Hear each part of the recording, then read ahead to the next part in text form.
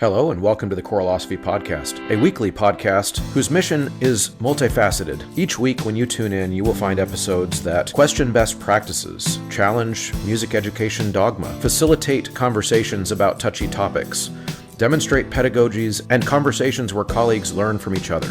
This is episode 275, The Duality of HBCU Musicians with Dr. Craig Robertson. As much as we would love it to not be the case, Americans still see black musicians and make certain assumptions. Black choir? Well, it must be a gospel choir. A black band? Well, it must be high steppers and baton twirlers.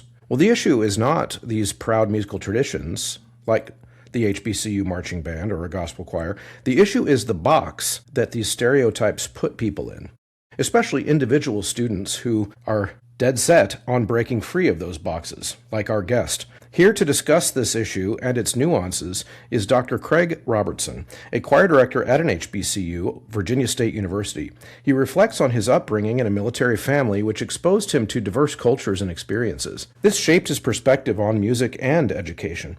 The discussion then moves into the misconceptions surrounding HBCU choirs, in particular, the assumption that they are primarily gospel choirs. Dr. Robertson had an experience with this recently, and he emphasizes the importance of recognizing the diversity and skill within these ensembles, while advocating for a broader appreciation of their repertoire. We also touch on the significance of music literacy and the role of educators in expanding students' musical horizons. Dr. Robertson shares personal anecdotes about his passion for teaching and the joy he finds in watching his students break free from some of those cultural bonds. The episode concludes with some reflections on the impact of these diverse experiences on all of our lives and how we might better serve our students in the future by seeing them first as individuals. After all, when our labels become too prescriptive, they can start to feel like a box. Music educators, performers, and event organizers, listen up. What if I told you there's a platform that sells your tickets, markets your concerts, manages volunteers, runs fundraisers, and even tracks merchandise and concession sales, all in one place? Meet Ludus, the all-in-one event solution built for the arts. And if you need help, their live customer support is like having your own backstage crew. I know I've used it a ton of times to get quick answers on the day of a show, and we need to solve a problem, and they pop right up. And here's the best part. It's completely free for your organization. Join them today because your music deserves more than just a ticketing platform. If planning a choir or student group trip feels like a second full-time job, Kaleidoscope Adventures is the solution for you. They've been planning student performance travel for over 30 years, and they understand what choir directors like us actually need. Well-paced itineraries, great performance options, and a team that handles the details without you chasing down every moving piece. Whether you're traveling to Orlando or thinking about international options, Kaleidoscope Adventures builds a trip around your group. Never cookie cutter. Check out mykatrip.com today, or scroll down to the link in the show notes when you're ready to get started. Whether you've newly discovered the show or you're a longtime listener, I would like to encourage you to become a paid subscriber, either on Patreon or Substack. Each works as a way for you to financially support this show and has different pros and cons, but in both subscription locations, you'll have access to my Google Drive, behind-the-scenes episodes, a direct line of communication to me that I will prioritize, and more importantly, it makes sure that I can keep doing this show forever. Those supporters are the reason that I'm able to do this show as a job and sustain it and treat it like a content generation machine for your benefit. So I would encourage you to head over there to either patreon.com/choralosophy or choralosophy.substack.com and become a paid subscriber today. These are folks that are really dedicated to keeping the lights on here at this show. Venture Studios, Chandler Smith, Brian Long, Michael Herron, Kyle Peterson, Steve and Kathy Kakachik, David Kowalczyk, Max Jackson, Angie Schilling, Rebecca Chalk, RJ McCracken, Michael Shimp, and Kyle Siddons. All right, everybody, I am here with Craig Robertson. And Craig is a colleague and a choir director from out in Virginia. And he's here now because he jumped on Facebook. Much as folks know that I like to be on Facebook hearing what choir directors are talking about and what they're interested in. And he started a live video where he just kind of went off on a tangent about some things that had been frustrating him. But it was very in a professional way, I felt like, of talking to people about some misconceptions they might have related to HBCU choirs in particular, and then he did a great job of kind of vamping off of those topics and expanding it out, and in a lot of hit on a lot of areas that I'm also very interested in and like to ask people about. So it's a nice nexus. So Craig, welcome. Thank you. Appreciate it. Glad to be here. Yeah, good. It's going to be fun. So why don't you tell everybody a little bit more about you, what you do every day, kind of what your job is, and then we'll get into some of your background here in a second. Okay, so I'm the director of choral activities and assistant professor of music. I teach conducting. I have a choir, actually two choirs. I started another one this semester. I work with our music education, choral music ed students, music methods, conducting. I have a live music ensemble that I facilitate as well. And I've been at Virginia State now for 3 years. And I'm an alum of VSU. So I graduated in the mid-90s and very fortunate to be back home in a sense.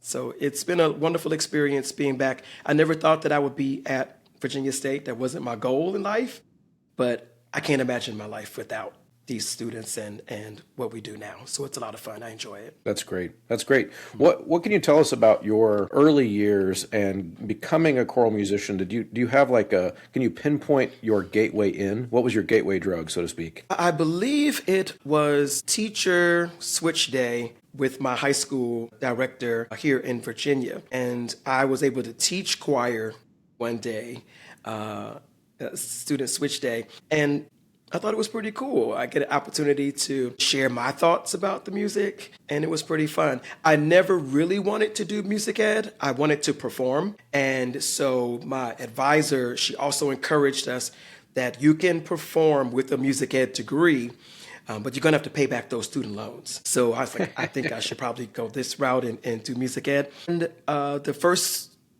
teaching job that I obtained, elementary school in Florida, I never thought about performing after that.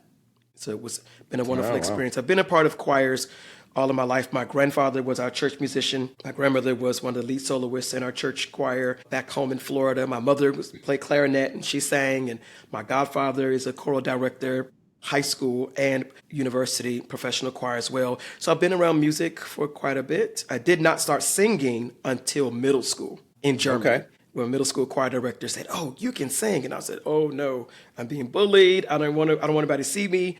And I found safety in the choir, and so I tried to facilitate that in my classroom as well. Did you say in Germany? Yes, my stepdad was military, so we lived in Wiesbaden, Germany. Yes, I spent my middle school years there, and we moved to Oklahoma. Then we went to Texas, and I spent 8th through 11th grade in Texas at Ellison High School with Richard Surface, who recently passed away, God rest his soul. And then the day after junior year, we moved to Virginia. So okay. That's sounds like you lived out of a suitcase for a good portion of your childhood. Oh, absolutely. Military every 4 years, you were going somewhere else. So it was fun. Yeah. I'm sure that comes with pros and cons, though, I would imagine, looking back on childhood of like so many experiences, but then hard to maintain friendships and relationships. Yeah. As students the students that I've taught over the years, they've grown up with each other since elementary school in the same neighborhood. We don't quite have that kind of experience with our friends. However, we were able to integrate with different cultures, I think, than others who had just that one homeopathic experience. I told my mom and I shared an experience where we performed the Handel's Messiah with Germans in Germany, and it was a lot of fun to do that, and it was an experience that I will never forget. We traveled to Italy, and I tell my students that I know that the Tower of Pisa really leans because I touched it. I walked up. I was there. Most of our students here, they only can read about it in a textbook, but I get to say I experienced that firsthand, so I know that it does, that it leans for real. And it's still sinking to this day. Right. Yeah, that's incredible. That's awesome. So, all right, so let's talk about this video. So what inspired you to turn on a camera and talk to the world about this? Well, so as many people know, we recently performed for a private prayer breakfast for our governor-elect, well, she's now Governor Abigail Spanberger here in Virginia. And since it was a prayer breakfast, I thought that we would sing a gospel song. And when the video was posted and shared, there were so many people that thought we were the gospel choir. They would say, so I conduct the Virginia State University Concert Choir, but we also have the VSU Gospel Choral, and they're wonderful in their own right. So I wanted people to know there is a difference in these two ensembles, with these two ensembles. And although my students sing and perform gospel music, we're not primarily a gospel choir. I selected that song because of the event that we were performing at. And Sure. it turned out to be wonderful because the video of her wiping her eyes and she really connected with the song. So I thought it was great. And I realized that happens quite frequently with HBCU choirs. People tend to think that if you have, once they see a Black college choir, automatically it's going to be the gospel choir because that's what Black singers are known to do. And I wanted to challenge that notion and encourage people to check out the concert choirs, these university choirs that are singing music of our Western traditional canon, right? We have the gospel choirs, they're great. And we also have the issue with marching band. Like HBCU marching band is a huge thing, but we forget about the wind band. Or the drum line is great, but there's a percussion ensemble that are playing keyboard instruments and all different types of percussive instruments that are just as fabulous as the marching band that you see at the games. So I wanted to share, because I'm a lover of gospel music. I grew up in a gospel church. I was in the gospel choir at Virginia State. I've taught gospel most of my life, but I operate in both worlds. And I want the community, our musical community, and those that listen, that be attending, to know there is a difference. And I'm not trying to have my choir to sound like the traditional gospel choir, but I want us to perform that literature because it is a part of our culture. And I want us to perform it stylistically appropriate, right? So that's why I wanted to share that. And then it kind of went all different directions, but that was the goal. Right. Okay. So I've got a couple thoughts and questions. I want to see your take on them. So you talked about how sometimes the assumption of folks is that they see a Black choir from an HBCU and they will make it the assumption that it is a gospel choir. And then also I love the example of the marching band tradition at HBCUs. Like I'm very familiar with what that looks like. It's very different than a predominantly white institution marching band, and we recognize that as being something like that's an HBCU thing, right? Now, I wonder if that, because I'm one of these folks that I believe that everything's really complicated, which I'm very annoying to people because it's really complicated. It's not just an easy thing. I think part of it is just your basic plain old American racial stereotypes. I think that's one of them. But then that's the easy answer. Then the more complicated one is sometimes it's just that like the flashier, bigger, louder music gets the attention. And we have to, in the kind of, I guess you could say, the Western classical world, we play softly. We sing softly. Average everyday person who doesn't know music, they're going to get drawn more to the gospel choir, and they're going to get drawn more to that the high knee kicking and the baton twirling and all that kind of stuff. And so there's that too. And I think your video did a good job of kind of outlining that all of those things are wonderful, but hey, here at HBCUs we do both of those things, and we can do them both really, really well. Does that make sense? First of all, and second of all, is that fair? Yes, I will agree that we can do those things and we can do them well.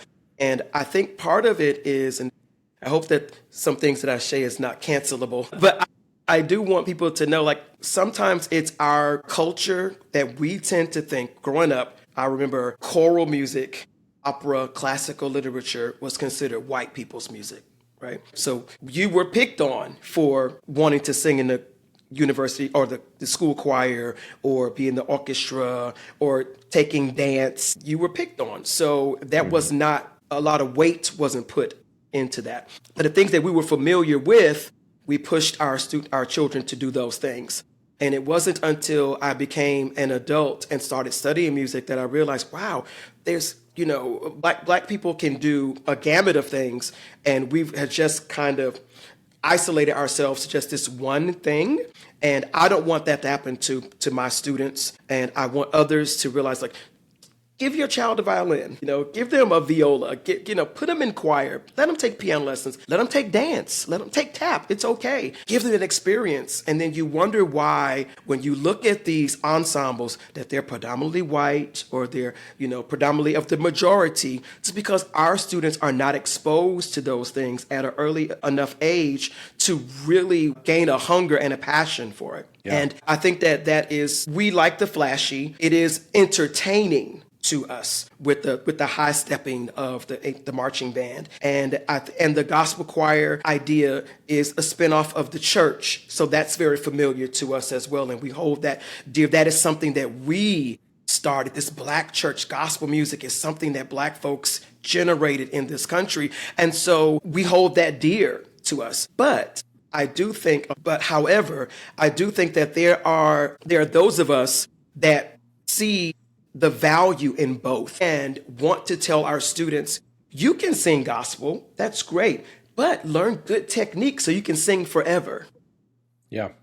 You can march and high step in the band, that's great, but also learn how to read the trumpet line instead of just picking it up by rote and you just playing the instrument. And I think that when we put literacy to some of this, then it becomes another concern where that's mostly white people's thing because we learn things by rote. Right. Yeah, I definitely want to have a whole part of this discussion on the literacy thing here in a minute, but I've got some more questions about your premise first. So before we get there, one of the things that I think is interesting, and by the way, you're not gonna get canceled. People try, but it doesn't work because ultimately our colleagues are smart and they want to have these conversations. Right. Okay, so here's a thought. I brought this up before to folks just to float this idea too. I want to see what you think. Is I think in some ways you're hinting at a type of white privilege that nobody talks about. And here's what I mean. It's the kind where so my ethnicity, for example, it's kind of big picture, helping everybody remember white is not an ethnicity, Black is not an ethnicity. There's lots of Black ethnicities. There's lots of white ethnicities. I'm mostly Anglo-Saxon Germanic. Okay, that's my ethnicity. One of the white privileges nobody talks about in the United States is nobody's going to criticize me for doing music that isn't Germanic. You know what I mean? I can do French art songs from the 1400s, and nobody's going to go, I don't know about that. And which it's that kind of the whole whiteness, American whiteness concept that where I can pass as all that, all of those things. And so what you're talking about is this kind of stereotype that gets placed on Black musicians related to, but isn't this your music?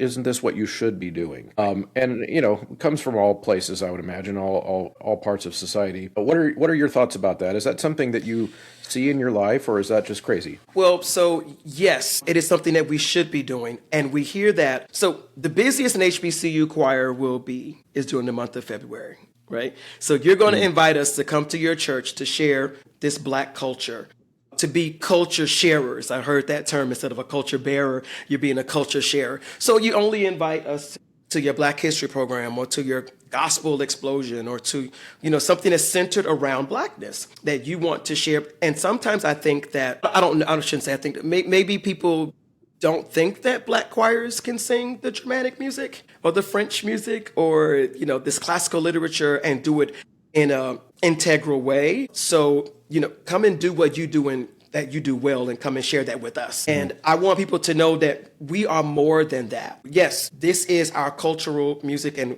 we love that. And I stand on this that no one should outdo an HBCU choir or a Black choir singing Black literature. No one. That should be the standard. You should do that and do that well. That is a part of our culture, and we should take pride in study and execution of that literature at the highest level. Did you know that you can get discounts by entering Choralosophy at checkout at a variety of amazing music education related vendors? Well, now you do. You can enter that code to get discounts at mymusicfolders.com. at sightreadingfactory.com, at 3minutetheory.com, and when you get sheet music at graphitepublishing.com and endeavormusicpublishing.com. However, we are still able to do the other literatures that we hear other folks doing in our musical world. And so we do get limited sometimes to just that one notion. Now, I remember growing up at the pianist that my grandfather played at our church, but he didn't know how to read music.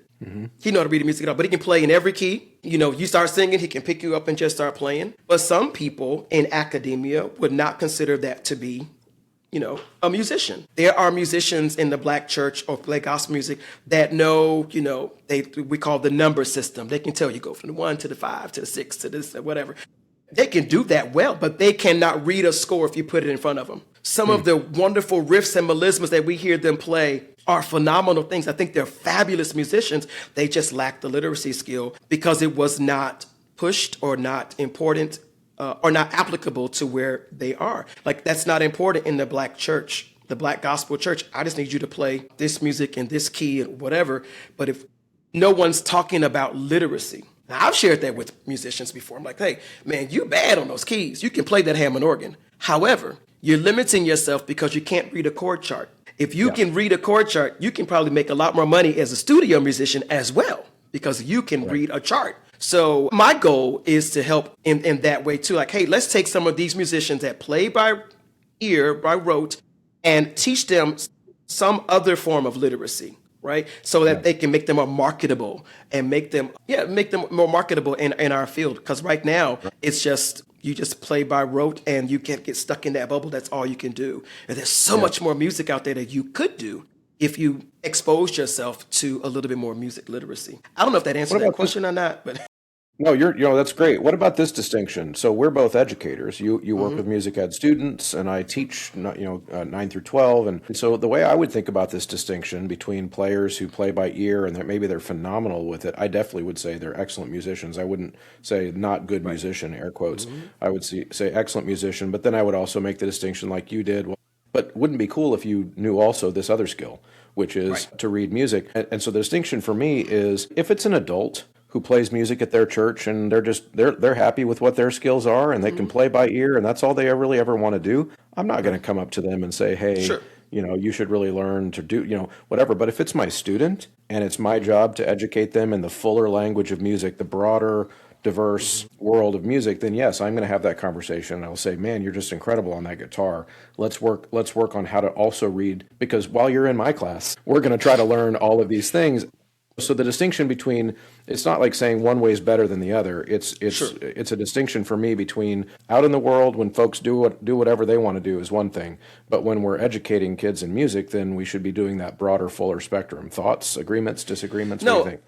I agree with that. At my last institution, we had a student who, was a guitarist, singer. He had put out a couple of tracks on Spotify and that kind of thing.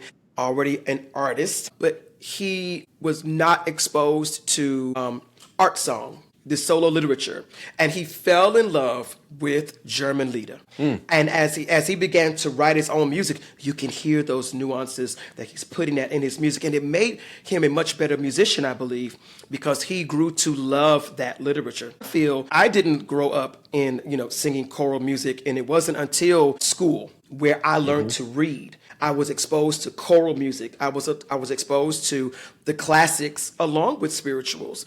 And I never not wanted to be a studied musician after that. I felt like it made me more expansive. It made me more knowledgeable, and I felt more confident in my skill. And I took what I learned in class to the Black church and tried to teach them. I tell my students this, like, give me a student that have been in their church choir, their gospel choir, where they were belting, like using lots of chest voice and belting. I can shape that sound. And what I tell the students, like, you already know how to resonate. Because in the Black church, we didn't have, everybody had a microphone, you had to sing. No, you had to open your mouth and sing.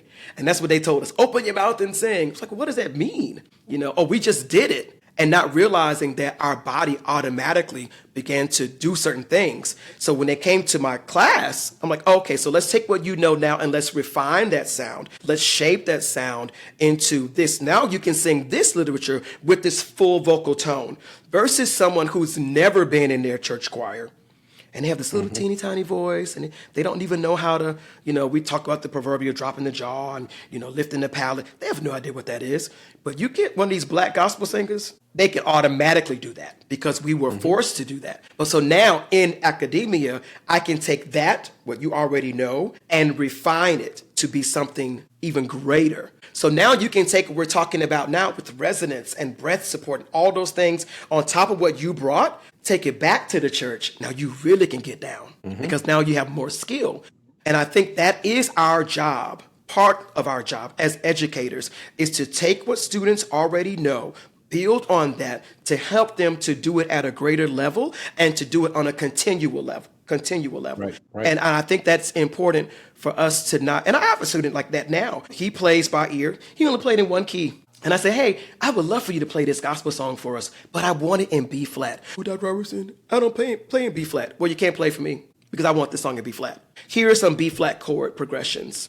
The boy plays in B flat now. It takes an educator to open their eyes and their ears and their minds to something other than what they're accustomed to. I not said that to him. Maybe it would have happened later on, I don't know. He probably would not have it. Now he's playing in B flat, E flat, different keys, and I can hear him now. Now before, he could modulate to another key in the middle of a song because he couldn't play another key. And I looked at him and was like, hey, can we modulate that? Oh yeah, I could do that now. He knows how to do it now while he's learning, to read a score. So I do think it is our job as educators to share with our students, whether they listen to it or not, whether they listen to your advice or not. But you cannot say no one didn't tell you. And that's right. What I tell mine. I'm going to show you how to do this in a more skillful way and hoping that you will pass that on to the next person, right? So yeah. All right, Dr. Robertson, I want you to paint a picture, and kind of goes back to a little bit about your original video too. Paint a picture for us, if you could, for the difference between the concert choir, and the gospel chorale. Sorry if I got the title wrong. No, you're fine. There at your school, and maybe even typically at an HBCU that might have the quote unquote traditional choir along with the gospel choir. So frame it this way if you could. So talking as if you're just explaining it to me. And I'm someone who I've sung a lot of gospel music, but from within the context of a traditional choir who is learning this gospel music as a cultural exploration because it's not from our culture, if that makes sense. Right. Yeah. So like I've had Brandon Boyd come and teach my kids a song in gospel style and doing it by rote. So I know what that looks like. But how might like the day-to-day, a day in a life in your choir at VSU be different than how the students operate in the gospel choir? Could you paint that picture for us? So yes, mostly I'm only going to speak about my choir. I don't know what other people are doing with theirs, but I know, and most of my friends are doing it this way as well. In the university choir, which is the academic choir that is required for the major, students are required to read, get a score, and you are reading, attempting to, most of them, attempting to read the score. We talk a lot about text, historical perspectives. I share with them or ask them, how would you sing this part as a soloist, as a vocalist? You talk about vocal technique in your lessons. You bring that to my choir. We talk about theoretical concepts in choir. You take music theory. You take oral skills, piano. What is this chord? So we really dig deeper into the theoretical, historical perspectives of the music, right? On top of course, this nice choral tone that we're trying to make that is representative of the style that we're looking for. On the other hand, the gospel music, and going back to the vocal side of this with the concert choir, we're not using a lot of belt technique. Not a lot of chest technique. It's more head voice. It's more, we're going to flip up into our head voice after it begins to get out of our range. With the gospel choir, you have soprano, alto, tenor. Traditionally, there's no bass parts. You have a lot of electric instruments and a lot of percussion in it. The director is teaching like call and echo. I sing this. You sing it back to me until we get it. Even with conducting gesture, you're not conducting a pattern when you're conducting gospel. You're mostly conducting maybe text or words or nuances. In that case, there's a lot. When we talk about the literature of gospel music versus some of the literature of a concert choir, Black gospel music is designed to give people hope in today's world. They were tired of the actual spiritual that really sought to get freedom in heaven. But now in gospel, I can be free on earth. I can be prosperous. I can be healthy. All those things are. So there's this joyfulness that comes when we sing about God's grace and favor and mercy and provision and those things in gospel that you may not necessarily get in other styles of music. And then you also got to think about the times in which these pieces, this literature was coming about. In gospel music, and I've been around a lot of gospel choirs, they don't really talk enough, I'm not going to say it all, don't talk enough about historical perspectives in gospel. We sing Precious Lord all the time, but do we know who Thomas Dorsey is and why he wrote that? Once you realize why he wrote that, you'll never sing it the same again. Right? In choral music, we do that frequently talking about historical perspectives, style of the Baroque style, what was happening during the Baroque period, who was this composer, what were their lives like, and what influenced them to compose this piece, and how can we relay that to the audience. So there are lots of similarities, but more differences, if I think, if I can say that correctly. So when I teach gospel in my concert choir, I try to find a score. Now, a lot of times they're not scored. Gospel music is not scored. You have great people like, the late Richard Smallwood has a whole anthology, and Donna Lawrence has an anthology.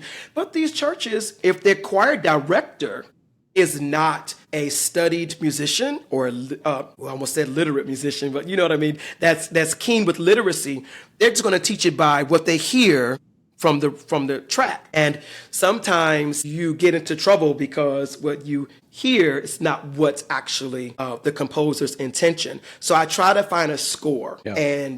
But a lot of gospel choirs do not do that. When we grew up, we would get a lyric sheet with just the words on it, and then the director would just teach from the sheet. But I don't do that in my choir.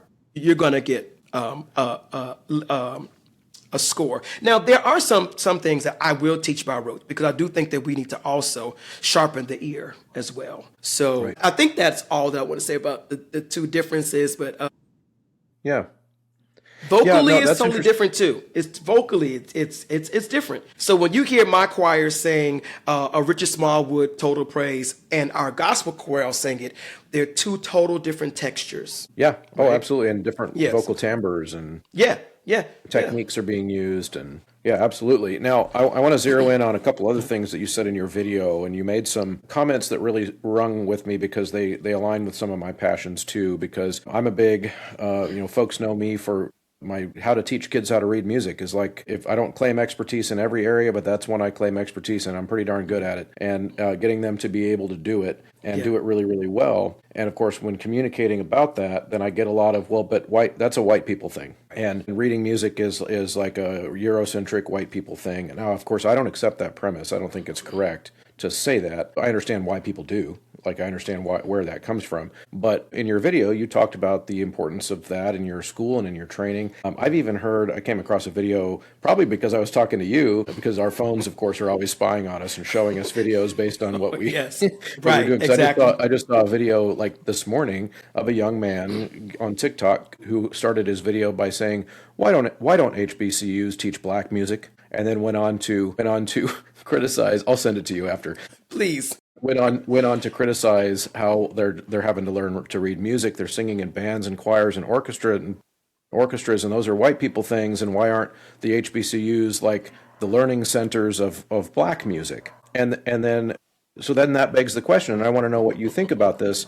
Of like, what does it mean for something to be white music, and what does something mean to be black music, and or are these dumb categories that we should stop trying to box ourselves into? Understand the idea of the white music because of access equity, right? We were not allowed to go to university and study. When the enslaved Africans were not going to conservatory to learn the bel canto style, right? They weren't learning how to score the compositions they were singing on the plantation field. They didn't learn to do that. They were just singing out of their feeling, out of their heart, out of their soul, right? Out of their trauma. I don't think that we have to relegate ourselves to just doing things by rote. Why not expose? All these things are accessible to us now. Why not take full advantage of that so that we can continue the legacy of black music, score it, and so we can share it with the next generation? We found that out in, I think it was when they were doing Gregorian chant. That's why the whole idea of codifying that, because every parish was singing it differently because they were doing it by rote. So let's write this down.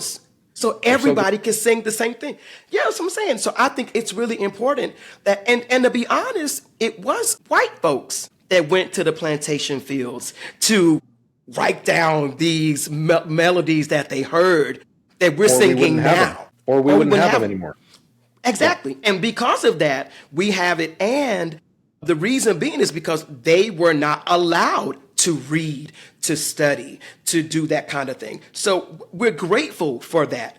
If not, our whole ancestry of musical ancestry would have been lost with those people in the grave, right? So to say, why don't HBCUs do black music? Have you been to one? Have you walked our halls? Right? We are not just, black music is not just gospel and R&B and pop. It is orchestral. It is percussion. It is anything we want it to be, right? And I don't think that it is because a black person wrote it doesn't necessarily make it black music, right? And I think that is, I'm going to say this part because, I'm 52 and people that know me know I don't really care no more. That was not a very smart thing to say. I'm going to say that as a person that attended an HBCU and work at one and work with predominantly black kids every day who's singing these pieces, this literature, and studying in a class called Blacks in American Music. Take that class. We teach that at our school.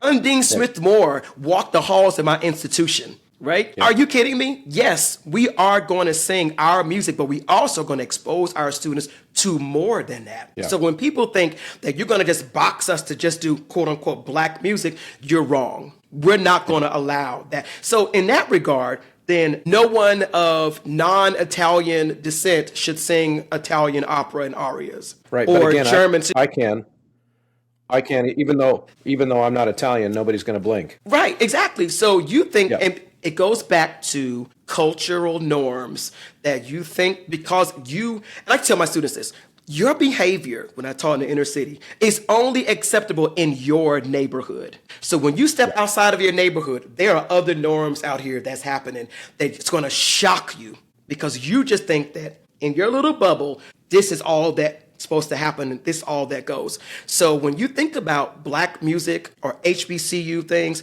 listen, we have one of the best wind bands that I've ever heard at an HBCU. I think I have a pretty decent choir, and I think my students can do whatever I put in front of them within reason. So no, we're not going to just do black music. And to me, you do our culture a disservice by saying we're only going to do black music, which is by rote. So you're saying that I don't have the capacity to be able to read? Mm-hmm. Are you saying that I don't have that capacity? So, and I tell students this. I don't think that's what you're saying. So I tell my students, I don't care who you vote for. Somebody died, so you can go in that ballot box and check something. So for you to tell me that you're not going to vote is not acceptable because somebody died for you to have the right to vote for whomever you want to. Now vote right though, but whoever you want to, they died for that. So take advantage of that. So my ancestors were not allowed to go to school, to study, to read. It was by law illegal to do those things. So now that I have the ability to do that, I am going to do all that I can because they couldn't. You know what I'm saying? So tell them to come and see me and sit in my class and see what and let's have a conversation. Oh yeah, I will totally send that to you. And I'm so glad you said all these things. I want to unpack a couple of them because also just so the listener has them highlighted here. Because one thing, it's always seemed like a very odd take to me to look at an oppression of the past and say that what that needs to do is still determine your future. Right. Like that. And what I mean by that is like exactly what you said a second ago, where you said, well, my ancestors weren't allowed to do this thing. And so now here in 2026, we're going to criticize someone for doing the thing that wasn't allowed of their ancestors. And now it is. And then you're going to keep those chains on, so to speak, by saying, no, you still can't do that. You still can't do that. And even at the HBCU, we know that the HBCUs were started because, blacks were not allowed to go to the other institutions. So we started these institutions. But do you know what's happening now? I've seen, since I've been there in 3 years, I probably can count on both hands how many Hispanic students we have recruited. We had a couple of white students to come through here, right? So this is a welcoming place to all of us. It was started for this one particular reason, but that doesn't mean that it has to remain that all the time. Listen, you might get a minority scholarship coming to the HBCU as a white person. I could go for free, and I'm not saying that in jest. I'm pretty sure there's some places around, but no, I think that it's really important that people do not box us in to say you can only do gospel music. And when I was a student at Virginia State, we were not allowed to study gospel or to even study jazz too much. That was not something that we were allowed to do. And then research, people started to conduct scientific research about the art of belting and to do it in a very healthy way. So now we see students doing both things. I have several students who are in the gospel choir and in my concert choir. And I tell them, make sure that you're doing this in a healthy way. I want you to enjoy all of that, because gospel music, in my estimation, is not just a style of music for some of us of the culture. It is a part of our worship faith experience. So we can't cut that off from, I can't just put that to the side. It's a part of my worship experience as a Black believer. I grew up in that. That's what kept me. That's what keeps me to this day. That's what has afforded me these opportunities that I'm getting now because of the roots of gospel music at our church that gave me the faith to stand in what I'm standing in now. So we're going to teach that. We're also going to not just teach that. We're going to teach contextually. We're going to teach historical perspectives, I like to say, nuance. We're going to talk about these composers, all those things within that area. So we do teach about Black music at the HBCU. If no one else teach about Black music, it's being taught at the HBCU. Choir tours started because HBCUs had to go out and start touring to raise money for the institutions. I said this on my live. Other students are not coming to us. We have to go out and compel them. As the scripture said, compel men to come. We go out and get them. So yeah, and I tell them all the time, HBCUs are a very nurturing environment, and we are free to discuss some things musically, religiously, because we have similar culture. Experiences, right? So I'm going on a tangent, but go to the next question, because that's going to. No, you're fine. You're fine. I love the passion. That's great. It's good for my ratings. People like this kind of stuff. So another thing I was really glad you brought up is you threw out the example of Gregorian chant, and I want to dig into that a little bit, because it's one of those aspects of music notation history that I think not a lot of people understand fully. And the fact that you brought that up I'm excited, because that means that you're probably on the same page, at least about some of this history as I am. And so one of the things people don't realize oftentimes is that, first of all, the idea of writing any language down, and I'm one of those music as a language kind of people, like I believe music is a language, and writing any language down, all languages started auditorily and only by rote, so to speak. All languages did, because we started talking way before we got the technology to write stuff down. Music notation is no different. All human cultures, Black, white, every other color, all of our musical heritage is oral. And if you just go back far enough, you've got to go back further in different cultures than others. Sure. But if you go back far enough, we're all oral history musicians from our ancestors, right? But with Gregorian chant, the ironic part is that they started writing it down because, ironically, based on how we talk about it now, because they were trying to be more inclusive. Because the idea was back then, unless you were one of the monks who was one on the in crowd who knew all the tunes, then you couldn't sing it.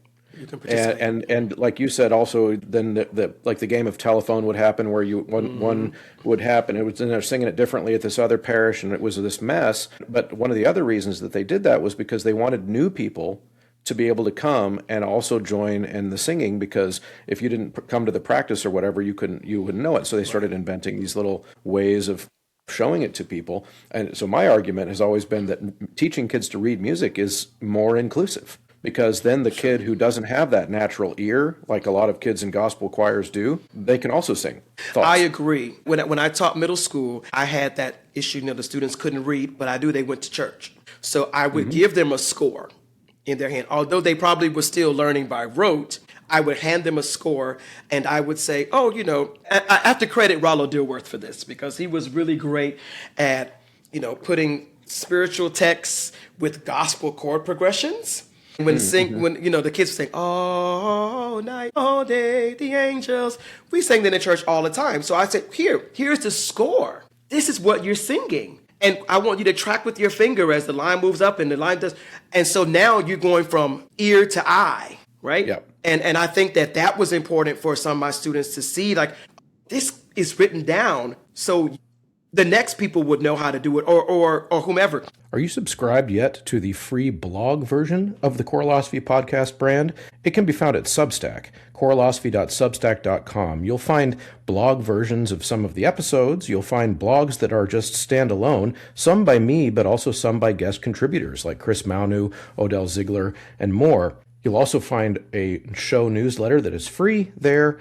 It recaps all of our recent episodes and provides direct links so you'll never miss a beat. So make sure you head over there and subscribe today for free, or if you're feeling spicy, upgrade to a paid subscription. And so I think that it's really important that we teach our students some semblance of music literacy. Black students, white students, it doesn't matter. I agree with you, Chris, that this is a language that a lot of us are still learning. Mm-hmm. So, but I think, and once the joy that you get out of, and I said this in the live, I get emotional watching our Black and brown kids do something out of the cultural norms in a concert choir, in the concert choir versus the gospel choir, in the wind band versus the marching band, you participating in the tap and ballet, orchestra, versus the little jazz group or whatever. You're doing something that we perhaps may not had opportunity to participate in prior to.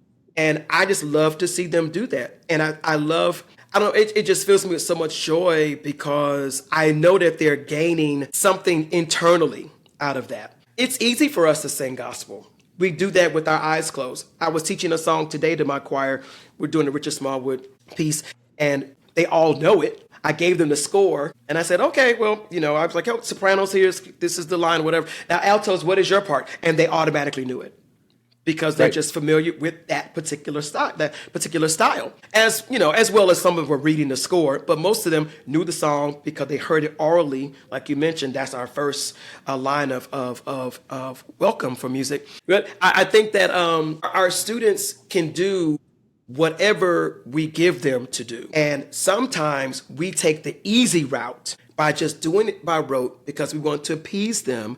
We want the numbers in our ensemble. We want to be more performance-based than process-based, right? So you want to hurry up and get this product out. So let me just teach it to you by rote. No, show them a score. I don't mind that you teach it by rote, right?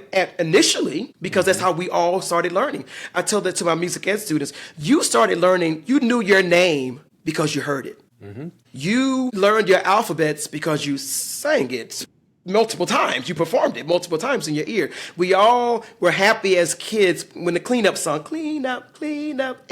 We were happy to clean up because it was put to song. What's different now? You feel that reading the score now there's a barrier, and I'm here to help you unlock that barrier. It's challenging, yes, but it's doable. And it makes the process so much sweeter when you have this ability to do it.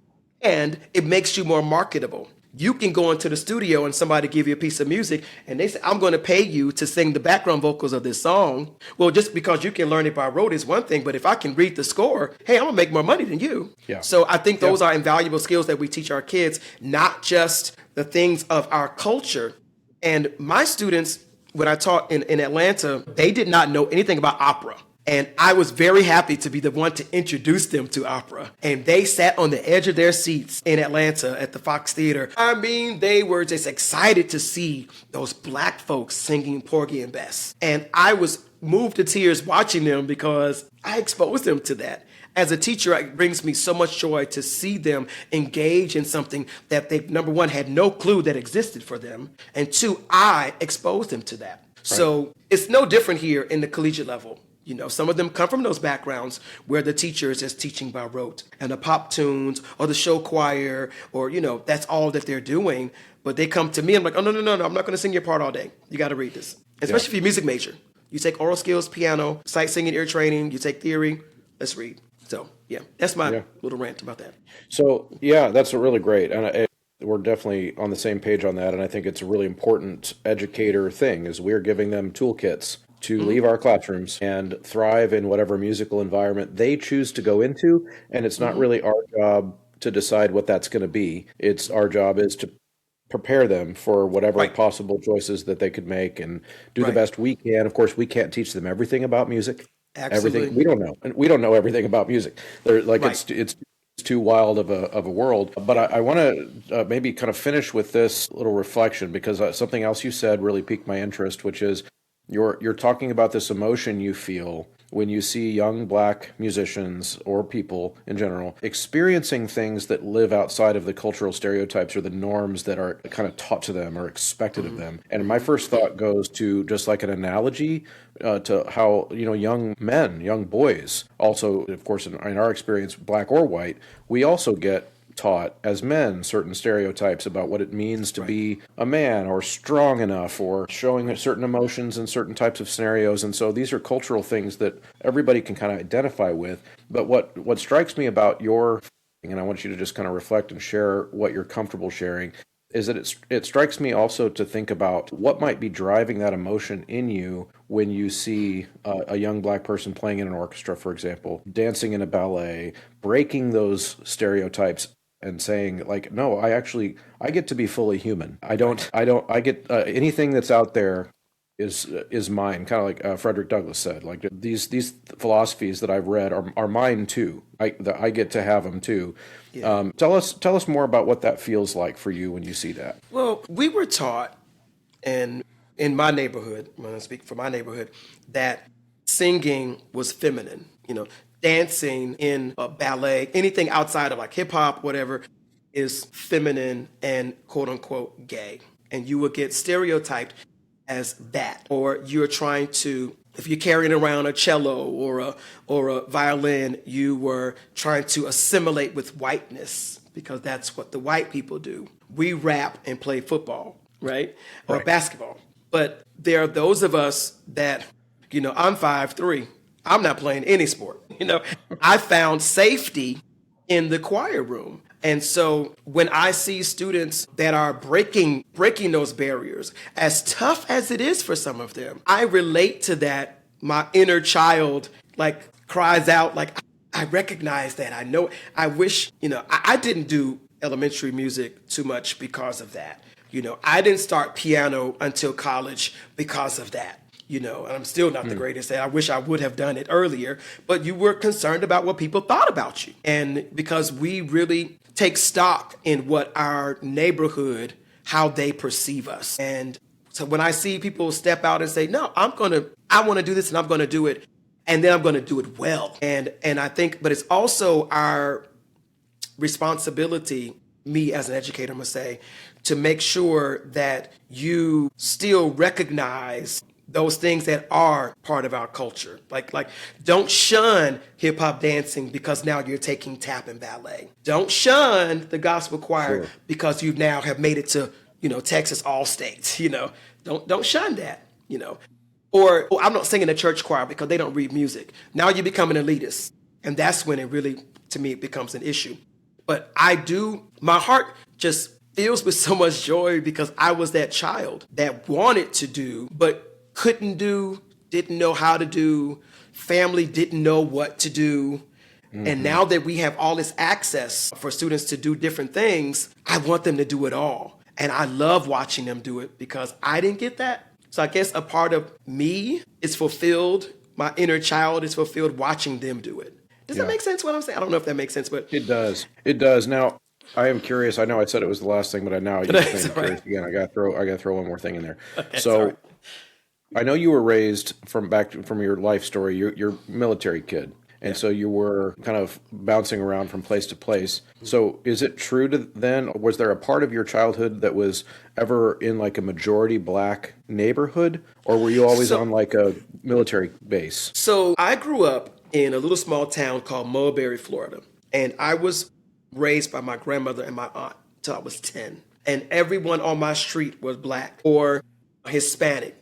But back then we thought every Hispanic person was a Mexican, so we called them all Mexicans. So everybody on our street, and we all were, not lower class, but we weren't poor, but we weren't middle class. We were below middle class, definitely working class people. So I didn't, no one was doing music. I didn't sing in the church choir. I went to music classes elementary. And then when Mom married my stepdad, we moved to Europe. And that's when my mom signed me up for choir. And that's when Yvonne Yeager, she was a black German lady, and her hairline started way in the back. Oh, it was hilarious. And she told me, she's deceased now, she said, "You can sing." And I said, "Oh no, oh my God, no, that's awful. I don't want to do that. I just want to be in the choir in the background, no attention to myself." And so it was still, most of our friends were still black. It wasn't until high school in Texas that I started really making more white friends in choir, because there weren't a lot of black students in choir. I remember maybe in our choir, we probably had maybe less than maybe 10 blacks in the whole choir, maybe 3 or 4 black guys in the choir. So it was interesting because and then I began to assimilate to whiteness. I mean, I dyed I had a little bang and I dyed it blonde because I wanted to fit in with these kids. I didn't want to be picked on. You know, I started to rise in music with regional and area and all-state Texas stuff. But I still sang in my church choir. My parents made sure that we still kept doing those things. And my parents would come to my concerts in choir. My dad would go to sleep in the back because he didn't understand this choral stuff. And it's a funny story. My teacher in high school in Texas recently passed away. But before he passed away, he sent me an audio of me singing the solo in Dawson's Ezekiel Saw the Wheel from 1989. And my voice was so small and tiny. And I told my students, this was the beginning of my serious musical journey. This white man introduced me to spirituals. Wow. So, yeah, a Texas white man. Let's get into that. That's incredible. And it's kind of the reason I asked, because you talking about breaking these cultural norms and all of that. And I wonder if you ever look back on your childhood and think maybe, and of course, if you don't agree with this, you're allowed to just tell me, "No, Chris, that's dumb." But like, I wonder if you ever look back at your childhood and credit that diverse upbringing that you had for making you be that one kid who said, I'm going to try all these things. I'm going to imagine myself doing all these things, where maybe had you been raised in like a place where there isn't a lot of cultural diversity, it would have been harder to break free from that. Totally agree with that, Chris. Where I was raised, small town, lived on a dirt road, we had to burn our trash in the back. The mailman came down the street. It was a very remote area. But when my mom married my stepdad, which was the greatest blessing in our lives, we began to travel with the military all around, having these diverse experiences. And I remember my grandmother asked me, "Do you want to stay back in Florida with me?" And I said, "Oh, no, we're moving to Oklahoma." And then that next summer, she said, "Well, you going to come back to Florida?" "Oh, no, we're moving to Texas." So that experience opened my eyes to, I think I'm one of the few family members in my family who live out of state. Because I packed up my house in Atlanta and moved to Colorado. Didn't know anybody out there, So I enjoy having those experiences. And I think because of the military experience, where we were in school with kids from across the country and across the world, and our parents made sure that we were exposed to things that we would go to the German market. Our middle school took a trip from Germany to Italy. My parents took us to different countries in Europe, and they made sure that we had cultural experiences that would enhance our lives. So I credit my parents for that upbringing. I love my grandmother, and I love that experience I had with her because I'm her favorite. If anybody's watching and they know it's the truth. But it is that moving to Europe broke that I probably would have still been in Florida had I not moved to Europe and had those experiences that I've had. And I'm grateful for it. I probably would not be in Virginia State now had I not allowed myself to break free from those norms of my neighborhood. Yeah, that's awesome. Well, Craig, thank you so much for spending an hour with us here and being vulnerable and sharing your experiences, and also shedding some light on some really important topics that people need to be educated about. So thank you. Thank you for having me. I really enjoyed the conversation. Thank you so much for sticking around to the end of a conversation. If you are still hearing my voice, that means you're one of the MVPs, one of the diehards, one of the real ones, as the kids say.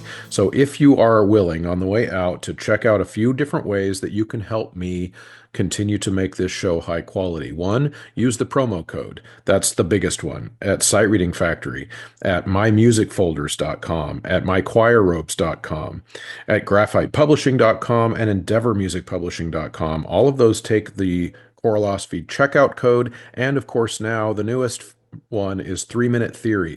You can get a 15% discount when you enter Choralosophy at checkout there. And of course, going to Apple Podcasts and leaving a positive review is very helpful there, and sharing the episodes to your colleagues in real life and on social media. All of those things are incredibly helpful and allow me to continue to create this resource for you. Thank you so much for tuning in. We'll see you next time.